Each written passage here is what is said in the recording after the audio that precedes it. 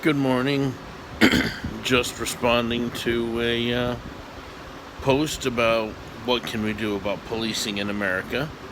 And what we can do is start simple and work our way to more effective policies. The first thing we have to do is take away the guns. I don't mean take them all away so that the police are defenseless. Take them, put them in the trunk, and rekey all of the cop cars in the department so that only shift supervisors have a key to open the trunk. You take away the mace, you take away the gun, the nightstick, all of it. The taser, every bit of it. You take it away, and then that will give the cop impetus to use the thing he's supposed to use, which is the old noggin. Second, we have to teach them and really hammer de-escalation. When they walk up to a car, the person in the car isn't supposed to be afraid. Just because a cop pulls you over should not automatically generate feelings of fear that something bad is going to happen to you. So that's the second thing. They need to be taught and constantly trained and retrained on de-escalation. The next thing we have to do is take away the legal protections that they have. What we're trying to do in all of my idea that I've said so far and that I say going forward, the general idea is to get rid of the adrenaline junkies, the ones who are power tripping. And the way we do that, we take away their legal protections, because right now it is illegal for somebody to say where a police officer lives. So we take that away. We take away the fact that when they go to court, they're automatically seen as more honest than you or I. That little magical piece of tin on their chest says that even though you, my Facebook friend, might be telling the 100% God's honest truth, he is telling 105% of the God's honest truth just because he's a police officer. So we need to make that go away too. One of the biggest things that needs to happen is every police investigation needs to be done by a civilian grand jury. Period. So that's one of the biggest things. The police cannot be allowed to investigate themselves. Otherwise, I should be allowed to investigate myself after I do a bank robbery and find myself innocent.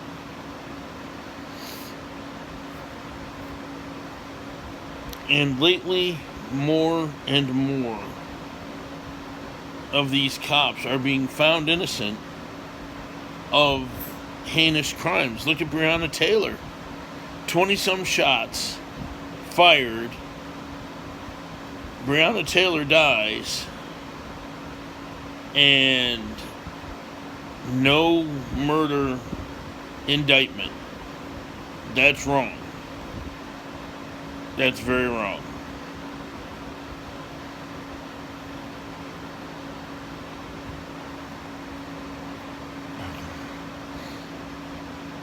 There should have been an indictment for murder and then let it fight out in the regular court.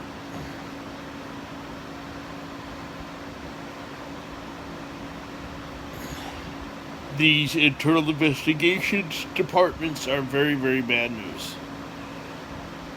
And then after that, we get to some more cosmetic stuff, but it's important.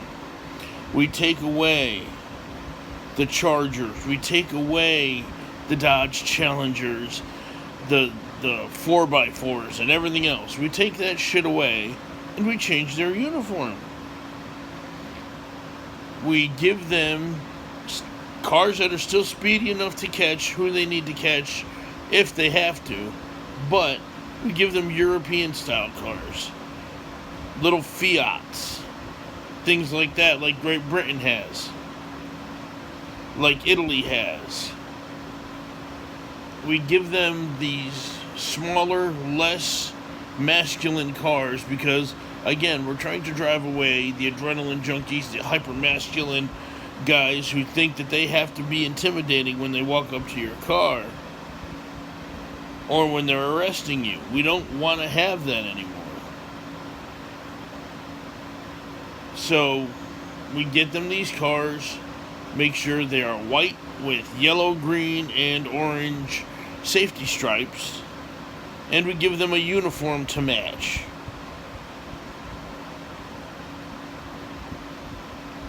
We change the idea. Maybe even stop calling them the police. Public safety engineers, maybe. Something like that. We're looking for people who truly want to serve and protect the public. And if you really do, then you're going to serve and protect the public. You are a public servant. You are not a guy that I should fear if you pull me over. Or worse, if you pull over any of my African American friends. They should not be afraid of you. They should not worry about, are they going to make it home? Because this guy who just got out of the gym a little while ago is still sweating off the testosterone. It's time for that shit to end. But the very nature of policing goes a lot further. We have to reform the court system. We've got to stop the targeting of African American males and African Americans as a whole, because it's happening at a rate much higher than somebody with pigment like me. I'm a staunch conservative. I believe in strong law and order, but even I can look and I can see. I've got eyes and I've got a pretty good brain up here. Even though at 4 o'clock in the morning it sounds like I'm stuttering John right now. Even I can see what's happening. And if you can't, then you need to try. You need to find that compassion.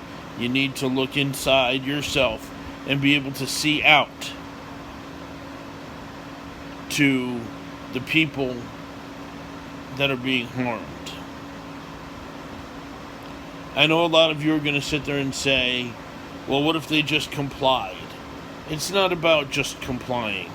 We didn't comply back in 1776, and we should not be asking the people to comply right now, because it's a natural human response that if you have truly done nothing wrong, then you're not going to feel fear. You're not going to have that hyper intense overreaction when a cop walks up to you. If you haven't done shit wrong, you're going to be calm. You're going to be cool. You're going to be collected. But not right now. Not right now in the atmosphere that we live in. You cannot question a cop right now, because they'll take you to jail on something trumped up and fucked up. So that's my little bit. Anybody who wants me to go into more detail, I will. Y'all have a great day. And Trump 2020.